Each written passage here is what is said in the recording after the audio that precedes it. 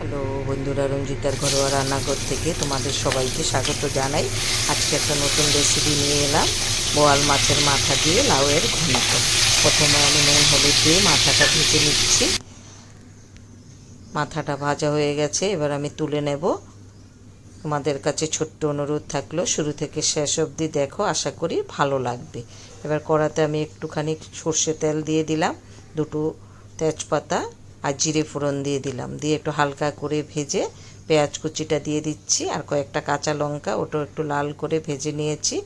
এবার আদা বাটা 1.5 চামচ, নুন পরিমাণ মতো, জিরের গুঁড়ো আর ধনের গুঁড়োটা একসঙ্গে আছে 1 চামচ 1 চামচ করে, হলুদের গুঁড়ো 1.5 চামচ, একটু জল দিয়ে মশলাটা ভালো করে কষে নিলাম।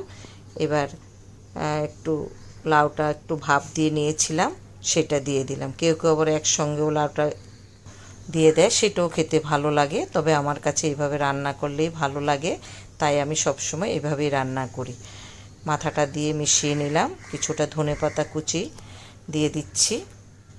আগেও আমি তোমাদেরকে লাউয়ের ঘন্ট করে দেখিয়েছি, নিরামিষ রান্না করেও দেখিয়েছিলাম, তবে আজকে আমি মাছের মাথা দিয়ে রান্না করেছি, বোয়াল মাছের, সেটাই তোমাদের সঙ্গে শেয়ার করলাম। আশা করি তোমাদের ভালো লাগবে। এবার একটা বাটিতে তুলে নিচ্ছি। খুব সহজ রেসিপি, এগুলো আমার ঘরোয়া রান্না, সেগুলোই তোমাদের সঙ্গে শেয়ার করি। এই দেখো, দেখতে এরকম হয়েছে, খেতেও ভালো হবে। সবাই ভালো থেকো, সুস্থ থেকো, পাশে থেকো। এইভাবে আমি নতুন নতুন রেসিপি নিয়ে তোমাদের সঙ্গে গল্প করতে আসবো। টাটা।